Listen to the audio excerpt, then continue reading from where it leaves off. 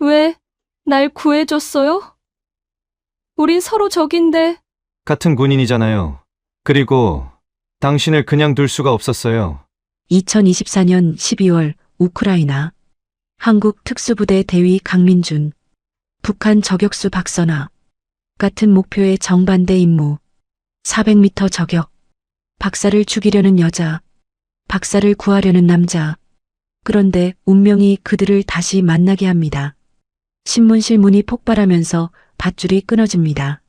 지금 당장 나가야 해요. 어서 뛰어요. 남성이 북한 여성의 손을 잡고 달립니다. 당신이 날 구했잖아요. 이번엔 내가 당신을 지킬 차례입니다. 그렇게 시작된 마지막 작전. 전쟁이 갈라놓은 두 나라의 군인. 그들의 불가능한 러브스토리가 지금 시작합니다. 2024년 12월 우크라이나 동부. 눈발이 거세게 휘날리는 도네츠크 외곽이었어요. 전쟁의 상흔이 곳곳에 남은 폐허 같은 도시였죠.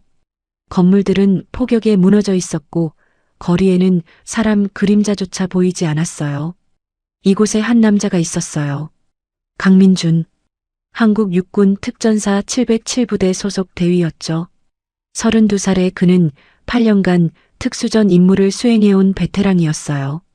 키 178cm의 단단한 체격, 날카로운 눈빛, 그리고 오른쪽 눈썹 위에 작은 흉터가 그의 트레이드 마크였어요. 민주는 지금 극비 임무를 수행 중이었어요. 이고르 볼코프 박사를 구출하라. 한국 정부가 내린 명령이었죠. 볼코프는 러시아 핵물리학자였어요. 한국과 공동으로 차세대 핵융합 기술을 연구하던 과학자였는데 전쟁이 발발하자 러시아 정보기관에 억류되었어요. 우크라이나 동부의 비밀시설에 감금되어 있다는 정보가 들어왔죠. 실패하면 당신은 존재하지 않았던 사람이 됩니다. 상관의 차가운 목소리가 아직도 귓가에 맴돌았어요. 민주는 고개를 저었어요. 지금은 그런 생각을 할 때가 아니었죠. 30분 후 목표 지점에 도착했어요. 낡은 공장 건물이었어요. 러시아군이 임시 구금 시설로 사용하는 곳이었죠. 민주는 건물 외곽을 천천히 돌며 경비 상황을 파악했어요. 경비병 4명. 순찰 패턴은 15분 간격. 그는 속으로 중얼거렸어요. 침투 가능한 타이밍을 계산했죠. 같은 시각 400m 떨어진 건물 옥상. 또 다른 저격수가 있었어요. 박선아. 북한 인민군 정찰총국 소속 상위였죠. 28살의 그녀는 북한군 최정예 여성 특수부대원이었어요. 작은 체구였지만 그 안에 담긴 의지는 강철보다 단단했어요. 선아는 저격총 스코프를 통해 목표물을 관찰하고 있었어요. 볼코프 박사. 반드시 제거한다. 그녀의 임무였죠. 선아의 손이 방아쇠를 쓰다듬었어요. 차가운 금속의 감촉이 느껴졌죠. 그녀의 눈빛은 흔들림이 없었어요. 하지만 그녀의 마음속 깊은 곳에는 두려움이 있었어요. 이번에도 실패하면 아버지의 얼굴이 떠올랐어요. 박철호 대좌. 정찰총국에서 30년을 근무한 충성스러운 군인이었죠. 하지만 권력 투쟁에 휘말려 남한 간첩으로 몰렸어요. 어느 날 갑자기 끌려가더니 공개 처형당했죠. 선아는 그날을 잊을 수 없었어요. 박선아 동무. 반역자의 딸로서 조국의 충성을 증명하시오. 상관의 차가운 명령이었어요. 이번 임무는 선아에게 마지막 기회였어요. 성공하면 명예를 회복할 수 있었죠. 실패하면 아버지처럼 될 거예요. 선아는 입술을 깨물었어요. 눈가가 뜨거워졌지만 눈물은 흘리지 않았어요. 집중해. 감정은 나중에. 그녀는 스스로에게 말했어요.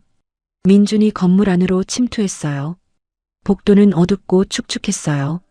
곰팡이 냄새가 코를 찔렀죠. 그는 소음기가 장착된 권총을 들고 조심스럽게 전진했어요. 경비병 한 명이 보였어요. 민주는 숨을 참았어요. 타이밍을 재고 순간적으로 움직였죠. 퍽! 무음으로 제압했어요. 경비병은 소리도 내지 못하고 쓰러졌죠. 민주는 시체를 구석으로 옮기고 다시 움직였어요. 지하로 내려가는 계단이 보였어요. 정보대로라면 박사는 지하 감금실에 있을 거예요. 계단을 조용히 내려갔어요. 철문이 나타났어요. 자물쇠가 채워져 있었죠. 민주는 배낭에서 자물쇠 따기 도구를 꺼냈어요. 딸깍. 문이 열렸어요. 안에는 초췌한 모습의 중년 남자가 앉아 있었어요. 볼코프 박사였죠. 박사님. 민준이 영어로 속삭였어요. 볼코프가 고개를 들었어요. 눈에 희망의 빛이 떠올랐죠. 당신은 구조대입니까? 조용히 하세요. 지금 빼드릴게요. 민준이 박사의 밧줄을 끊기 시작했어요. 바로 그 순간 탕! 총성이 울렸어요. 민준 바로 옆벽에 총알이 박혔어요. 민준은 반사적으로 박사를 끌어당겨 엄폐했죠. 저격수! 민준의 뇌리에 경보가 울렸어요. 400m 밖에서 쏜 총알이었어요. 그것도 야간에 움직이는 표적을. 엄청난 실력이었죠. 민준은 재빨리 창문 방향을 확인했어요. 저 멀리 건물 옥상에서 희미한 총구 섬광이 보였어요. 젠장. 또 한 발. 탕. 이번에는 더 가까웠어요. 민준은 박사를 완전히 바닥에 눕히고 벽 뒤로 숨었죠. 움직이지 마세요.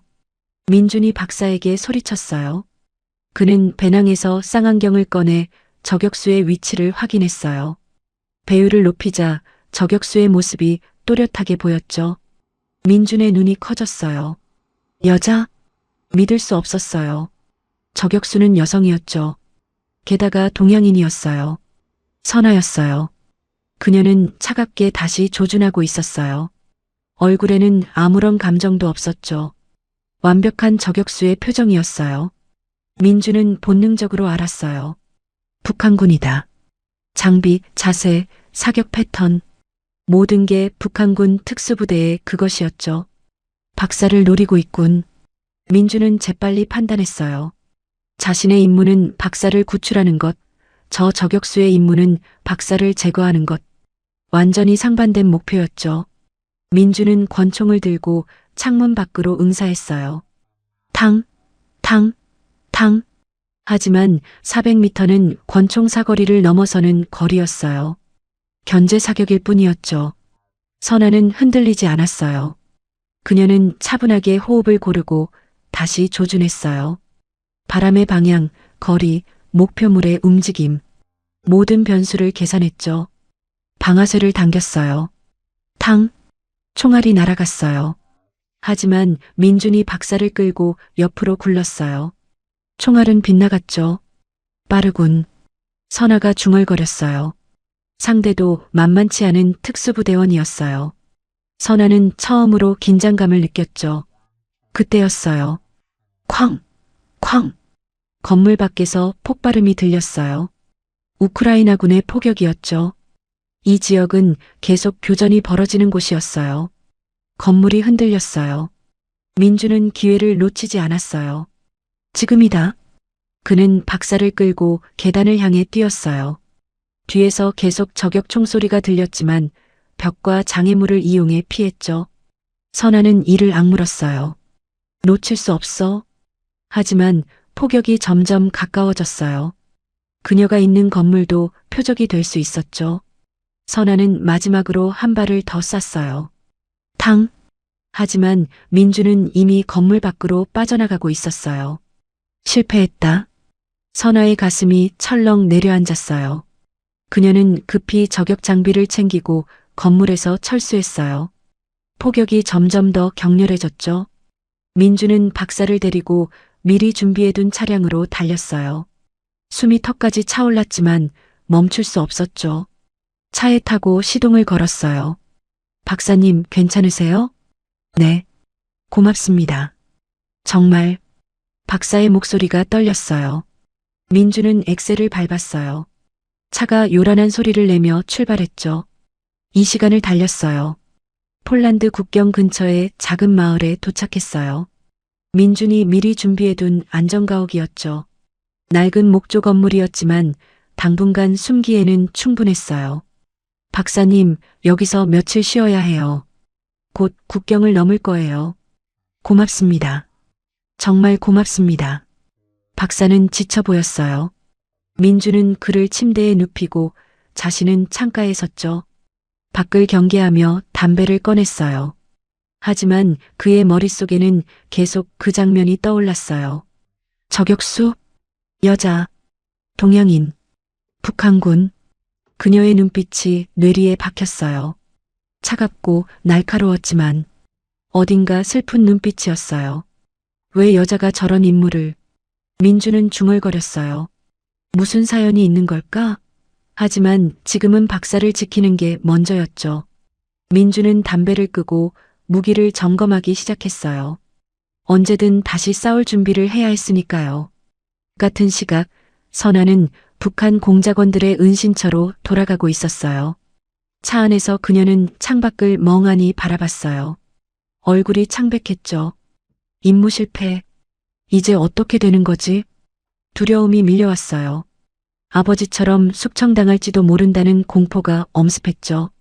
하지만 동시에 다른 생각도 들었어요. 저 남조선 군인. 실력이 예사롭지 않았어. 적이지만 묘한 감정이 들었어요. 동료를 지키기 위해 목숨을 거는 모습. 그건 선아도 이해할 수 있는 군인의 자세였죠. 다음에 또 마주칠까? 선아는 중얼거렸어요. 눈이 내리고 있었어요.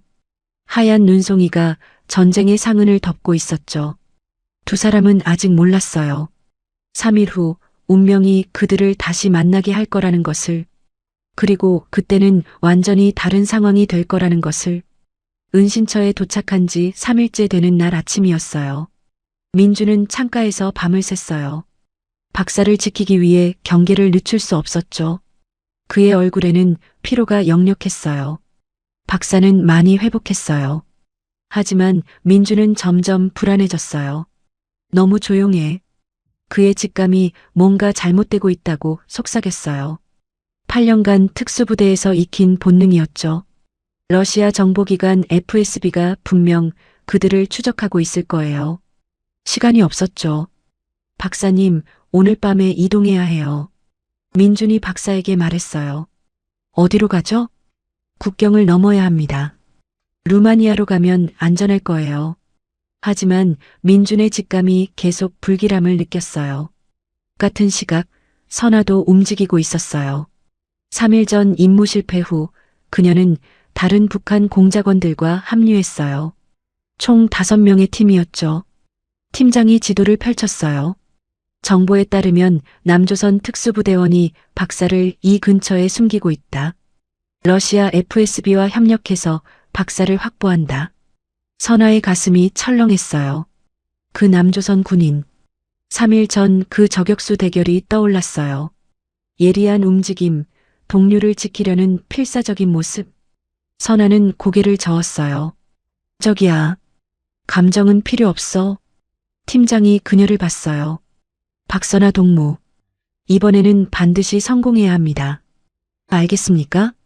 알겠습니다. 선아의 목소리는 떨렸어요. 이번에도 실패하면 끝이었죠. 우리는 러시아군과 함께 움직인다. 오늘 밤 작전 개시다. 그날 밤 민준의 예감은 현실이 되었어요. 은신처 주변에 수상한 차량들이 나타났어요. 검은색 SUV 4대였죠. 민준은 쌍안경으로 확인했어요. FSB, 그리고 북한군. 최악의 시나리오였어요. 합동작전이었죠. 민준은 재빨리 박사를 깨웠어요. 박사님, 일어나세요. 지금 당장 나가야 해요. 무슨 일이? 포위당했어요.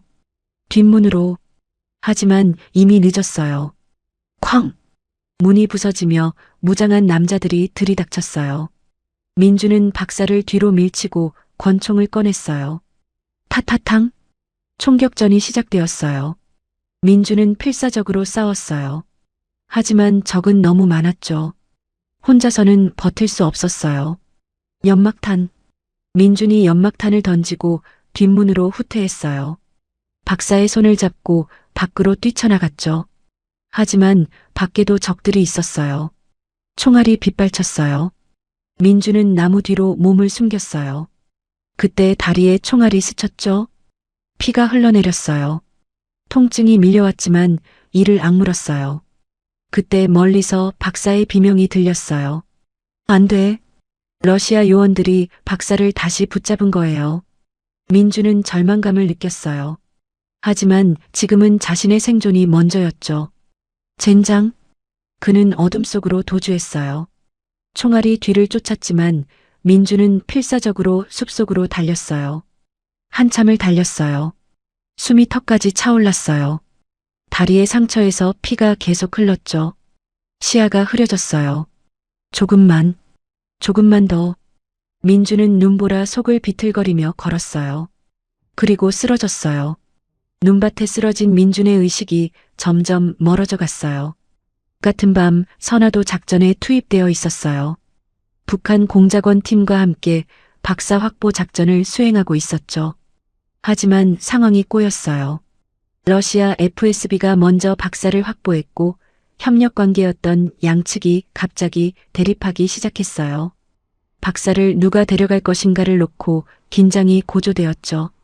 박사는 우리가 데려간다. 러시아 요원이 총을 겨눴어요. 안 됩니다. 우리 조국의 명령이. 북한 팀장이 항변했지만 소용없었어요. 총격전이 벌어졌어요. 타타타탕. 선화의 동료들이 하나둘 쓰러졌어요. 선화는 필사적으로 저항했지만 숫자에서 밀렸죠. 항복해. 더 이상 저항하지 마. 러시아 요원이 러시아어로 소리쳤어요. 선화는 탄약이 떨어졌어요. 더 이상 싸울 수 없었죠. 그녀는 무릎을 꿇었어요. 북한 공작원을 체포했다.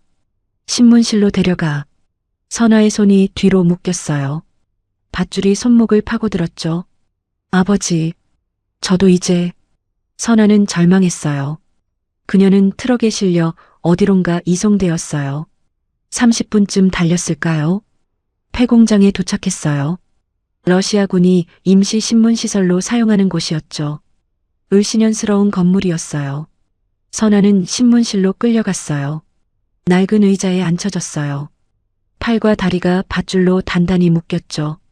선화의 얼굴에는 체포 과정에서 생긴 상처가 있었어요. 입술이 터져 피가 맺혀 있었죠. 하지만 그녀의 눈빛만은 흔들리지 않았어요. 러시아 신문관이 들어왔어요. 건장한 체격의 중년 남자였어요. 차가운 눈빛이었죠. 통역관도 함께 들어왔어요. 신문관이 러시아어로 말했어요. 통역관이 한국어로 번역했죠. 당신은 누구를 위해 일하지? 북한이냐? 중국이냐? 선화는 입을 다물었어요. 신문관이 테이블을 쾅 내리쳤어요. 말하지 않으면 후회할 거야. 선화는 그를 똑바로 쳐다봤어요. 조선인민군 소속 박선화 상위. 군번 24. 군번 따위는 관심 없어. 신문관이 손을 저었어요. 그리고 부하에게 신호를 보냈죠. 문이 열렸어요. 부하가 무언가를 들고 들어왔어요. 전기고문 장비였죠. 선화의 얼굴이 굳어졌어요. 하지만 표정은 단호했죠. 신문관이 차갑게 웃었어요. 마지막으로 묻겠어. 누가 너를 보냈지? 협조하면 편하게 해주지. 선화는 대답하지 않았어요. 시작해. 부하가 선화에게 다가왔어요. 손에 전극을 들고 있었죠. 선화는 숨을 깊이 들이마셨어요. 두려웠지만 포기하지 않았어요. 아버지, 저도 곧. 바로 그 순간이었어요. 쾅! 신문실 문이 폭발했어요. 엄청난 폭발음과 함께 문짝이 날아갔어요. 연기가 자욱하게 퍼졌죠. 뭐야? 신문관이 소리쳤어요. 섬광탄이 터졌어요. 총소리가 연달아 울렸어요. 신문관과 부하들이 쓰러졌어요. 정확한 사격이었죠. 연기 속에서 누군가 나타났어요. 민준이었어요. 그는 피투성이었어요. 다리를 절뚝거렸지만 눈빛만은 살아있었죠. 선화는 믿을 수 없다는 표정으로 그를 바라봤어요. 당신은 그 남조선 군인. 민준이 선화에게 달려왔어요. 전술 라이플을 꺼내 밧줄을 끊기 시작했죠. 말하지 마세요. 지금 나가야 해요. 왜 날 구해요? 선화가 떨리는 목소리로 물었어요. 민준은 대답하지 않았어요. 마지막 밧줄을 끊고 선화를 일으켜 세웠죠. 움직일 수 있어요? 네. 그럼 뛰어요. 지금 당장 경보가 울렸어요. 건물 전체에 경보음이 퍼졌어요. 러시아 군인들이 몰려오는 발소리가 들렸죠. 민주는 선아의 손을 잡았어요. 놓치지 마세요. 두 사람은 복도로 뛰쳐나갔어요. 총알이 뒤를 쫓았어요. 타타타탕. 벽에 총알이 박히며 파편이 튀었죠. 민주는 선아를 엄폐하며 응사했어요. 왼쪽 계단. 선아가 소리쳤어요. 두 사람은 계단을 내려갔어요. 1층 출구가 보였죠. 하지만 그곳에도 러시아 군인들이 있었어요. 막혔어요. 민준이 재빨리 판단했어요. 창문으로. 그는 창문을 향해 수류탄을 던졌어요. 쾅! 유리가 산산조각 났어요. 민준이 선아를 안고 뛰어내렸죠. 2미터 높이였어요. 두 사람은 눈밭에 떨어졌어요. 민준이 선아를 감싸며 충격을 흡수했죠. 으윽! 민준이 신음했어요. 다리 상처가 더 악화되었어요. 괜찮아요? 선아가 다급하게 물었어요. 괜찮아요. 뛰어요. 두 사람은 일어나 숲을 향해 달렸어요. 뒤에서 추격자들이 쫓아왔어요. 총성이 계속 들렸죠. 10분을 달렸어요. 민준의 속도가 느려졌어요. 다리에서 피가 계속 흘렀죠. 얼굴이 창백해졌어요. 민준 씨. 선아가 그를 붙잡았어요. 조금만 더. 민준이 비틀거렸어요. 선아는 결심했어요. 그녀가 민준의 팔을 자신의 어깨에 걸쳤죠. 기대세요. 하지만 우린 적이지만 당신이 날 구했잖아요. 선아의 목소리가 떨렸어요. 두 사람은 함께 걸었어요. 눈보라가 더 거세졌어요. 하지만 그 덕분에 추격자들이 그들을 놓쳤죠. 1시간 후 폐가를 발견했어요. 민준과 선아는 그곳으로 들어갔어요. 문을 닫고 바닥에 주저앉았죠. 둘 다 숨이 턱까지 차올랐어요. 한참 동안 아무 말도 하지 못했어요. 선아가 먼저 입을 열었어요. 왜 날 구했어요? 민준이 천천히 고개를 들었어요. 그의 눈빛은 진지했죠. 같은 군인이잖아요. 우린 적인데요. 알아요. 내가 죽이려던 사람. 당신이 구하려던 사람이고 그것도 알아요. 선아는 이해할 수 없었어요. 그런데도 민준이 쓸쓸하게 웃었어요. 당신 눈빛이 계속 떠올랐어요. 내 눈빛? 저격하면서도 뭔가 다른 눈빛이었어요. 살고 싶어하는 그런 눈빛. 선아의 가슴이 뭉클해졌어요.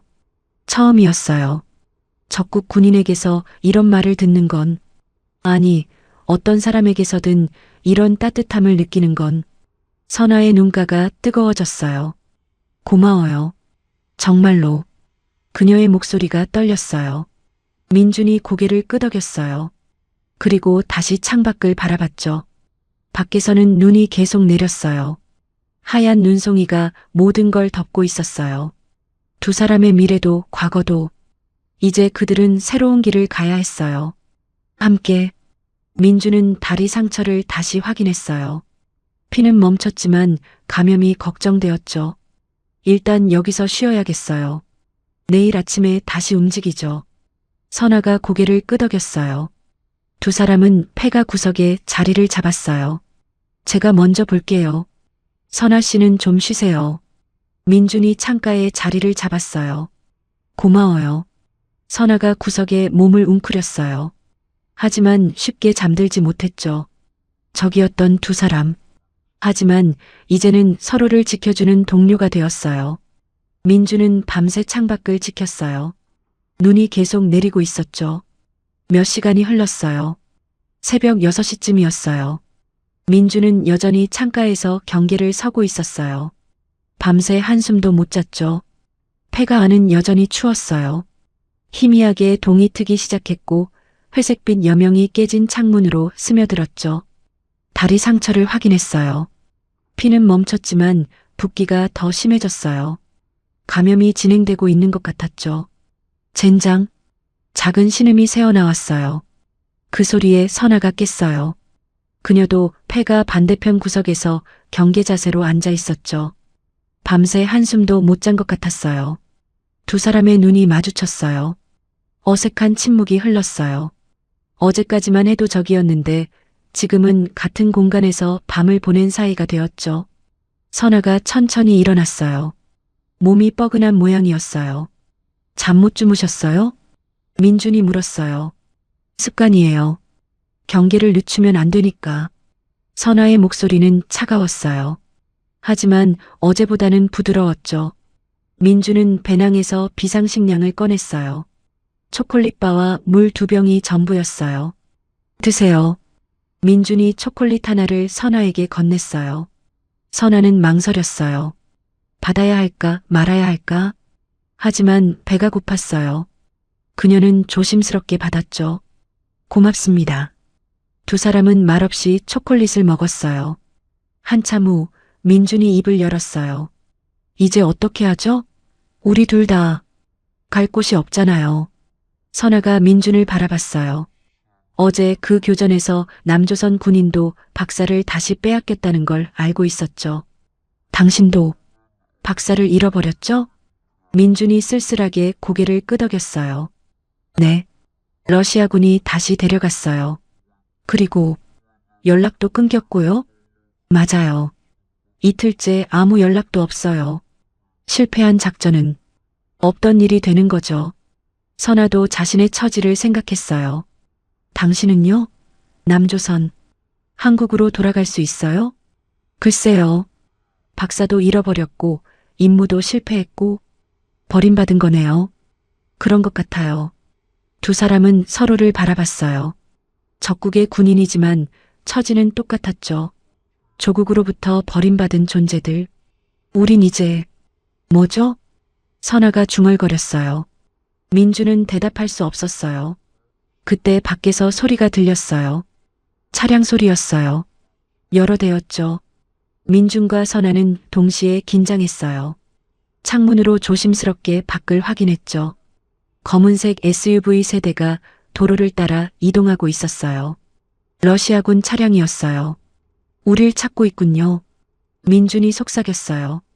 어떻게 하죠? 일단 숨어야 해요. 하지만 차량들이 멈췄어요. 군인들이 내려서 주변을 수색하기 시작했죠. 발견될 거예요. 선아의 목소리가 떨렸어요. 민주는 빠르게 판단했어요. 뒷문으로 나가요. 조용히. 두 사람은 재빨리 짐을 챙겼어요. 그리고 뒷문을 살짝 열고 밖으로 나갔죠. 다행히 뒤편은 숲이었어요. 민준과 선아는 나무 사이로 조심스럽게 이동했어요. 발소리를 최대한 죽이며 움직였죠. 하지만 민준의 다리가 문제였어요. 상처가 아팠어요. 걸을 때마다 얼굴이 일그러졌죠. 선아가 그걸 눈치챘어요. 괜찮아요? 네. 거짓말. 다리 끌고 있잖아요. 선아가 멈춰 섰어요. 그리고 민준의 팔을 자신의 어깨에 걸쳤죠. 기대세요. 하지만 어제 당신이 날 업고 뛰었잖아요. 이번엔 내 차례예요. 민준은 거절할 수 없었어요.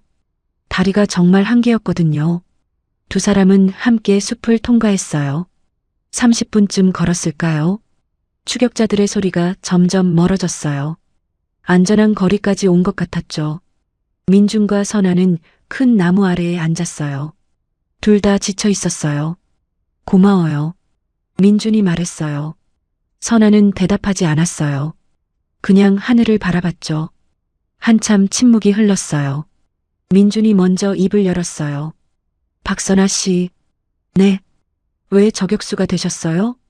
예상치 못한 질문이었어요. 선아가 민준을 돌아봤죠. 왜요? 궁금해요? 네. 여자가 그런 일을 하는 게 흔한 건 아니잖아요. 선아의 얼굴이 굳어졌어요. 잠시 망설이다가 천천히 입을 열었죠. 우리 아버지는 정찰총국 대저였어요. 아버지가? 네. 평생을 조국을 위해 일했어요. 충성스러운 군인이었죠. 선아의 목소리가 떨렸어요. 그런데 어느 날 권력 투쟁에 휘말렸어요. 누군가 아버지를 남한 간첩이라고 고발했죠. 민주는 조용히 들었어요. 증거도 없었어요. 그냥 누군가를 희생양으로 삼아야 했던 거예요. 그게 아버지였죠. 선아의 눈가가 붉어졌어요. 공개 처형이었어요. 저도 참석해야 했어요. 반역자의 가족이니까. 그걸 내가 총을 쐈어요. 민준의 눈이 커졌어요. 뭐라고요? 처형 집행을 명령받았어요. 거부하면 저도 같이 죽는 거였죠. 그래서 선아가 말을 잇지 못했어요. 눈물이 볼을 타고 흘러내렸죠. 아버지가 마지막에 저를 봤어요. 그리고 고개를 끄덕이셨어요. 살아라고 눈빛으로 말씀하시는 것 같았어요. 민준의 가슴이 먹먹해졌어요. 그 후로 저는 더 충성스러운 군인이 되려고 했어요. 아버지가 억울하다는 걸 증명하고 싶었죠. 그래서 최정예 부대에 지원했어요. 저격수가 되었고, 하지만 결국 저도 버림받았어요. 아버지처럼. 선아가 쓸쓸하게 웃었어요. 민주는 손을 뻗어 선아의 어깨를 가볍게 두드렸어요. 미안해요. 그런 일을 겪으셨다니. 왜요? 당신 잘못도 아닌데. 그냥 같은 군인으로서 조국을 위해 싸웠는데 조국에게 배신당하는 기분. 조금은 알 것 같아서요. 선아가 민준을 바라봤어요. 당신도 그런 경험이? 민준이 고개를 끄덕였어요. 저도 8년간 특수부대에서 일했어요. 위험한 임무들을 수행했죠. 동료들이 죽는 것도 봤고, 민준의 목소리가 낮아졌어요. 그런데 이번 임무에서 연락이 끊겼어요. 박사를 잃어버린 순간 저는 존재하지 않는 사람이 된 거죠. 소모품? 맞아요. 우린 둘 다 그냥 소모품이었어요. 두 사람은 서로를 이해하는 눈빛으로 바라봤어요. 적국의 군인이지만 그들은 같은 아픔을 가지고 있었죠. 민준 씨. 네. 우리 이제 어떻게 해요? 민준은 잠시 생각했어요. 일단 국경을 넘어야 해요. 루마니아까지 가면 안전할 거예요. 그 다음은요? 모르겠어요. 하지만 일단 살아남아야죠. 선아가 고개를 끄덕였어요. 같이 가도 될까요? 민준이 선아의 눈을 똑바로 봤어요. 당연하죠. 이제 우린 팀이잖아요. 선아의 입가에 미소가 번졌어요. 처음 보는 진짜 미소였어요.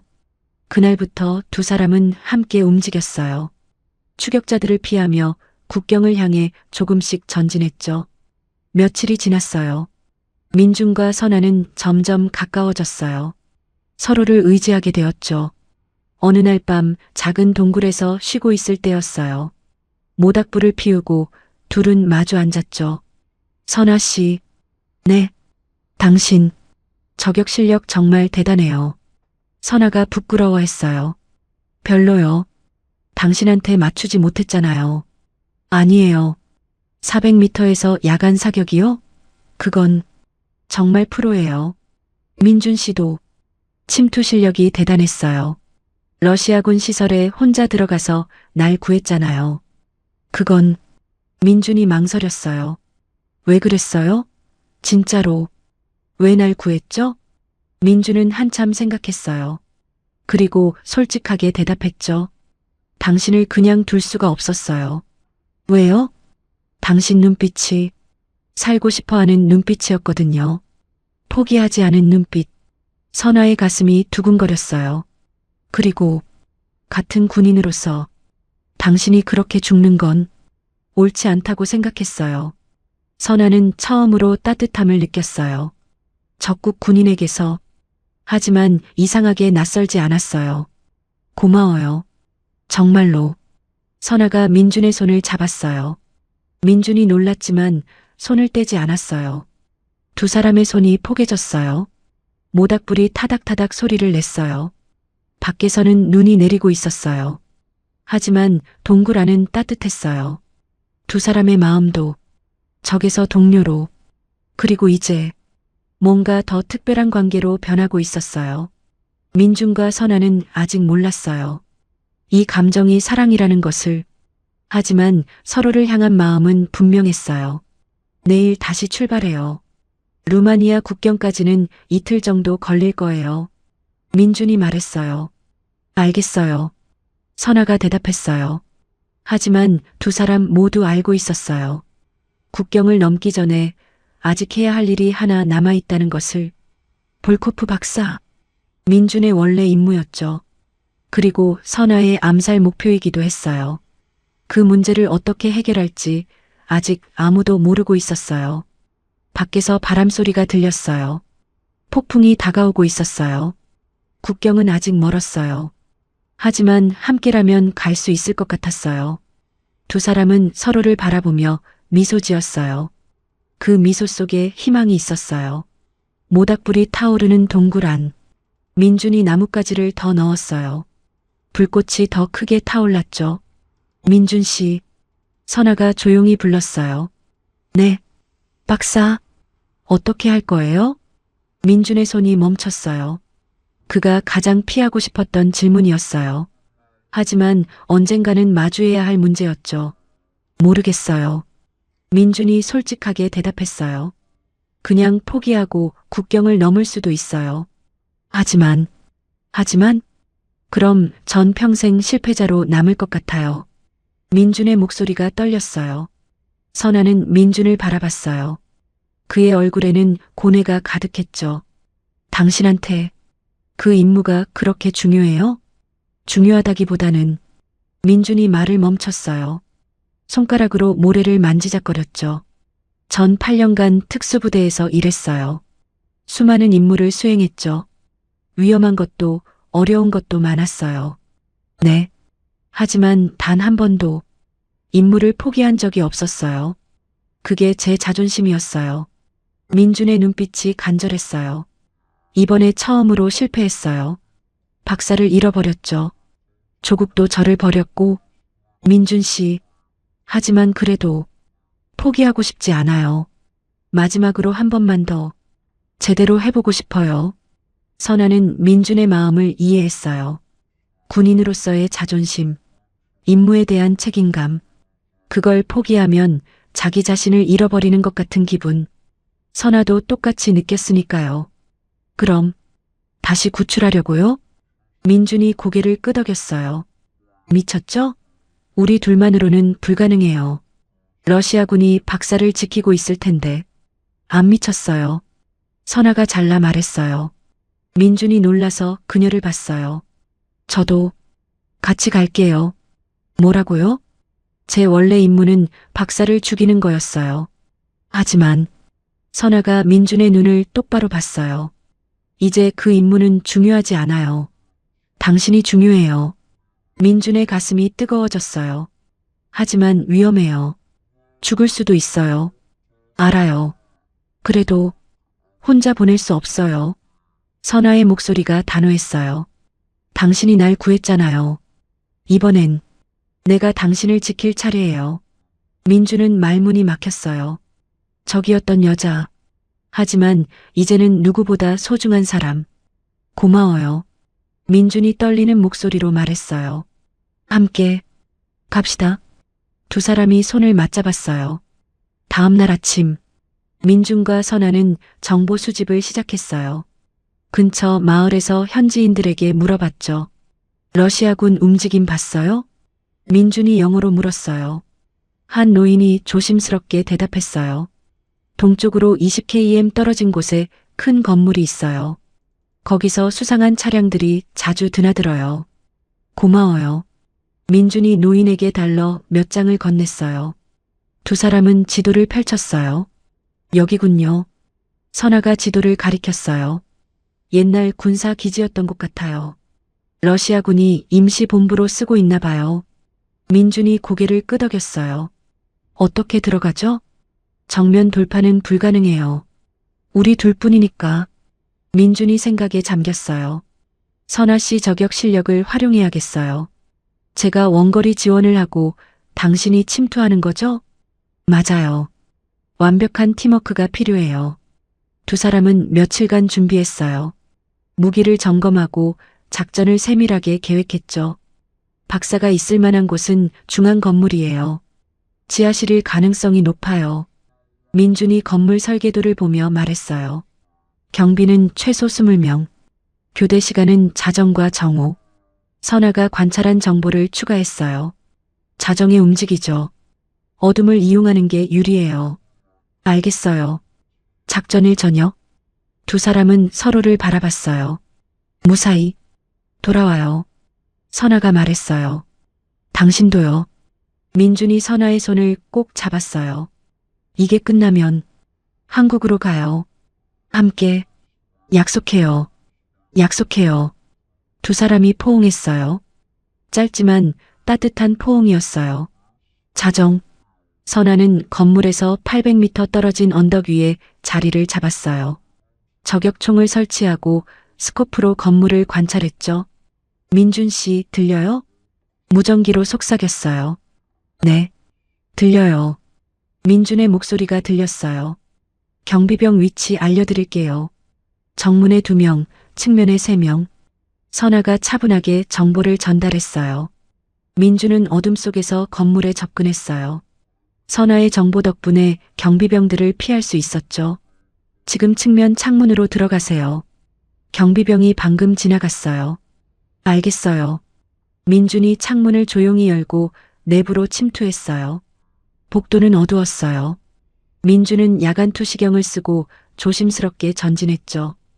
계단 앞에 경비병 1명. 선아의 목소리가 들렸어요. 민준이 조용히 접근해서 무음으로 제압했어요. 지하로 내려갔어요. 철문이 보였어요. 하지만 이번에는 더 복잡한 자물쇠였죠. 시간이 필요해요. 민준이 자물쇠를 따기 시작했어요. 땀이 이마를 타고 흘렀어요. 딸깍. 마침내 열렸어요. 문을 열고 들어가자 볼코프 박사가 있었어요. 박사님, 당신은 그 한국 특수부대원. 박사가 놀라며 일어났어요. 빨리 나가야 해요. 조용히. 민준이 박사의 밧줄을 끊었어요. 하지만 그 순간 땡땡땡 경보가 울렸어요. 들켰어요. 선아의 급한 목소리가 무전기로 들렸어요. 러시아 군들이 몰려오고 있어요. 빨리 나와요. 민준은 박사를 끌고 복도로 뛰쳐나갔어요. 총성이 울렸어요. 타타탕. 으악. 박사가 비명을 질렀어요. 선아는 언덕 위에서 상황을 보고 있었어요. 안 돼. 그녀는 저격총을 들었어요. 민준을 쫓는 러시아 군들을 조준했죠. 탕, 탕. 정확한 사격이었어요. 러시아군 2명이 쓰러졌죠. 하지만 그 순간 선아의 위치가 노출되었어요. 저격수다. 언덕 위에. 러시아군들이 선아를 향해 총을 쏘기 시작했어요. 총알이 주변에 박혔어요. 선아 씨, 위험해요. 후퇴하세요. 민준이 무전기로 소리쳤어요. 당신이 먼저 나와요. 제가 엄호할게요. 선아가 계속 사격했어요. 민준은 박사를 데리고 건물 밖으로 빠져나왔어요. 하지만 그때였어요. 쾅! 거대한 폭발음이 들렸어요. 민준이 돌아봤어요. 건물 옆에 주차되어 있던 차량이 폭발한 거예요. 누군가 RPG를 쏜 것 같았죠. 박사님, 민준이 박사를 찾았어요. 하지만 박사는 폭발에 휘말려 쓰러져 있었어요. 안 돼. 민준이 달려갔어요. 박사는 피를 흘리고 있었어요. 심각한 부상이었죠. 박사님, 정신 차리세요. 미안. 안 해. 박사가 약하게 말했어요. 내가 널 더 위험하게 만들었구나. 아니에요. 버티세요. 하지만 박사의 눈이 감겼어요. 숨이 끊어진 거예요. 제 길, 제 길. 민준이 주먹으로 땅을 쳤어요. 임무 실패. 또다시. 민준 씨, 빨리 와요. 선아의 목소리가 들렸어요. 민준은 박사의 눈을 조용히 감겨주고 일어났어요. 더 이상 여기 있으면 자신도 죽을 거예요. 그는 선아를 향해 달렸어요. 언덕에서 선아가 손을 뻗었어요. 어서요. 두 사람이 손을 맞잡았어요. 그리고 함께 도주했어요. 뒤에서 총성이 울렸지만 멈추지 않았어요. 1시간을 달렸어요. 안전한 거리까지 왔을 때 민준이 무릎을 꿇었어요. 죽었어요. 박사가 죽었어요. 민준의 목소리가 떨렸어요. 선아가 다가와 민준을 안았어요. 당신 잘못이 아니에요. 하지만 우리 둘 다 최선을 다했어요. 그걸로 충분해요. 선아의 목소리가 부드러웠어요. 이제 살아남는 게 우리 임무예요. 함께 살아남는 거. 민준이 선아를 바라봤어요. 그녀의 눈에는 눈물이 맺혀 있었어요. 하지만 포기하지 않는 눈빛이었죠. 네. 함께 살아남아요. 민준이 일어났어요. 한국으로 가요. 이제 정말로. 네. 가요. 두 사람이 다시 손을 잡았어요. 임무는 실패했어요. 하지만 잃은 게 다가 아니었어요. 서로를 얻었으니까요. 민준과 선아는 국경을 향해 걷기 시작했어요. 밤하늘에 별이 빛나고 있었어요. 새로운 시작을 약속하는 것 같았죠. 이틀이 지났어요. 민준과 선아는 계속 걸었어요. 루마니아 국경이 이제 10km도 남지 않았죠. 하지만 두 사람 모두 지쳐 있었어요. 박사의 죽음이 계속 머릿속에 맴돌았어요. 민준의 얼굴은 창백했고 말수도 적어졌죠. 민준 씨, 선아가 걱정스럽게 그를 봤어요. 괜찮아요? 네.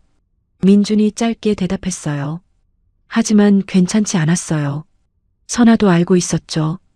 오후 3시쯤 두 사람은 작은 개울가에서 쉬었어요.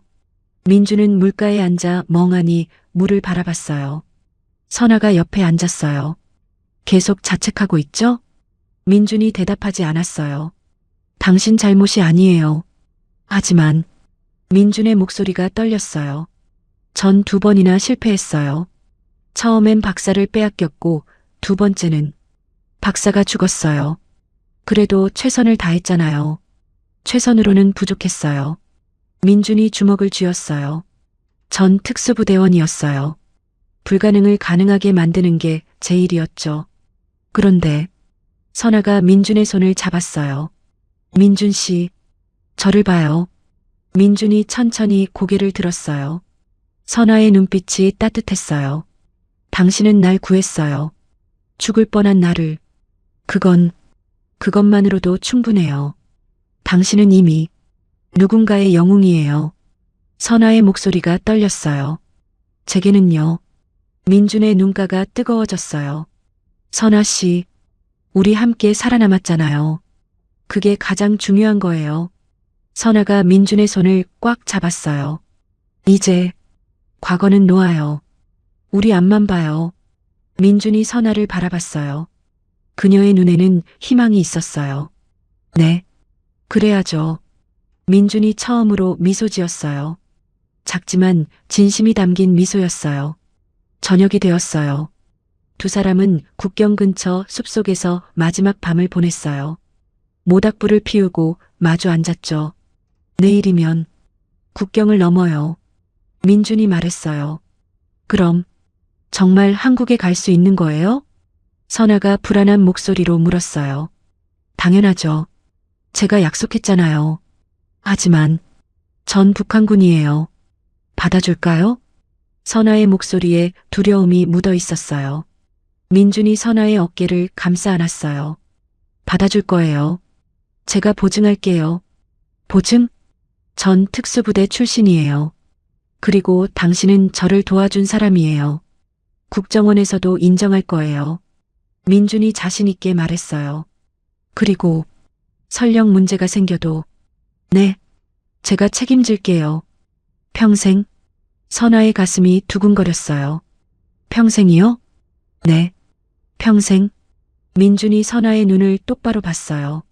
선아 씨, 저는 당신을 사랑해요. 선아의 눈에 눈물이 고였어요. 민준 씨, 처음에는 적이었죠. 하지만 이제는 당신 없는 삶은 상상할 수 없어요. 민준의 목소리가 떨렸어요. 함께 살고 싶어요. 한국에서 평범하게. 선아가 눈물을 흘렸어요.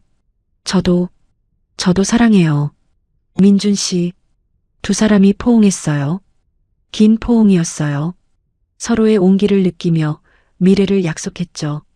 다음 날 아침, 두 사람은 국경을 향해 마지막 길을 걸었어요. 국경 펜스가 보였어요. 루마니아 국경 수비대가 멀리 보였죠. 저기에요. 민준이 가리켰어요. 드디어 선아가 숨을 깊이 들이마셨어요. 하지만 그때였어요. 뒤에서 차량 소리가 들렸어요.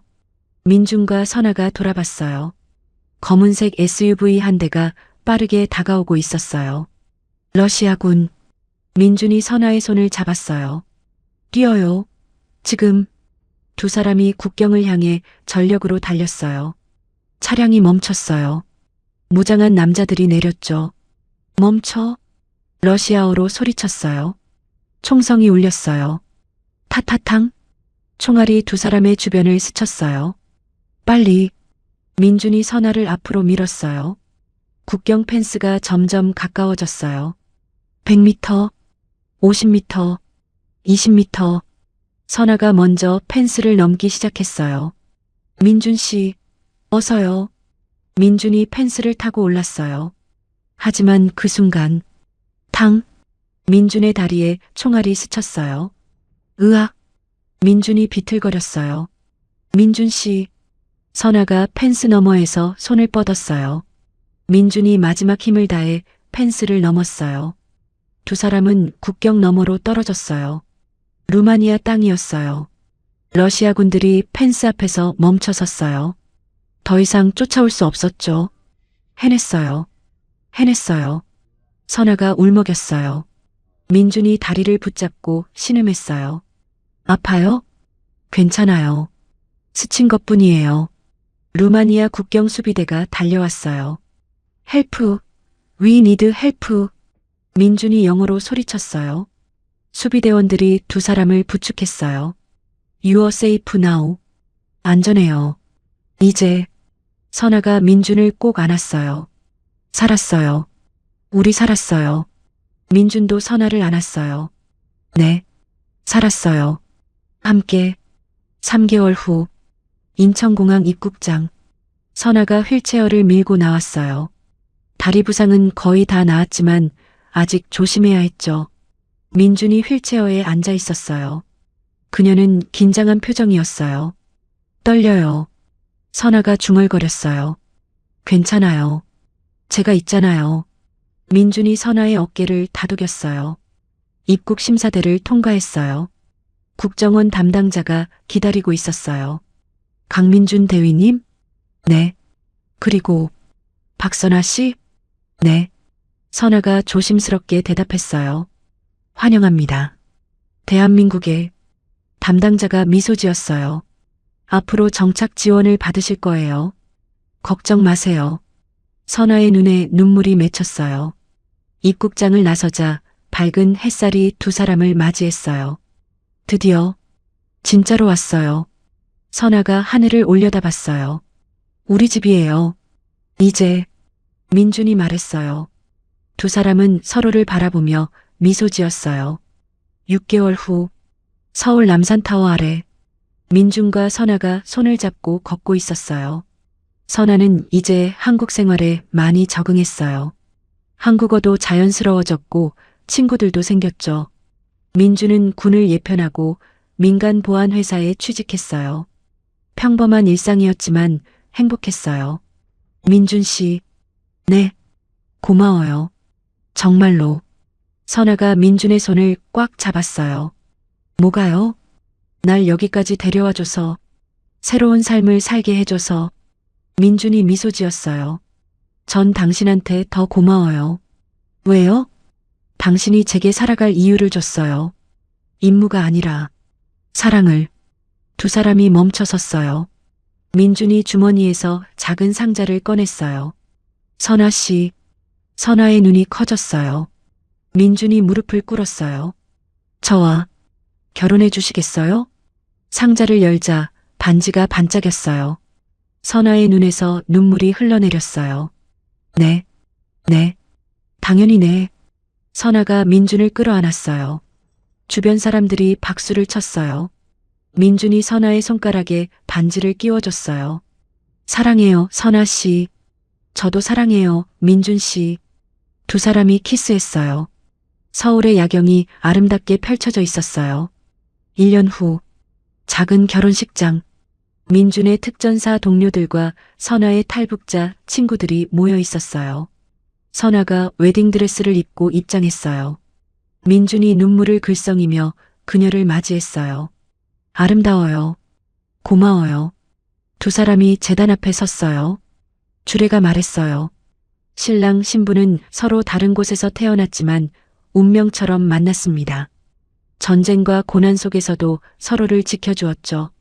민준과 선아가 서로를 바라봤어요. 이제 두 사람은 하나가 됩니다. 신랑 강민준 씨, 신부 박선아 씨를 평생 사랑하고 아끼겠습니까? 네, 맹세합니다. 신부 박선아 씨, 신랑 강민준 씨를 평생 사랑하고 아끼겠습니까? 네, 맹세합니다. 그럼 이제 키스하셔도 좋습니다. 민준과 선아가 키스했어요. 박수가 터져 나왔어요. 두 사람은 행복한 미소를 지었어요.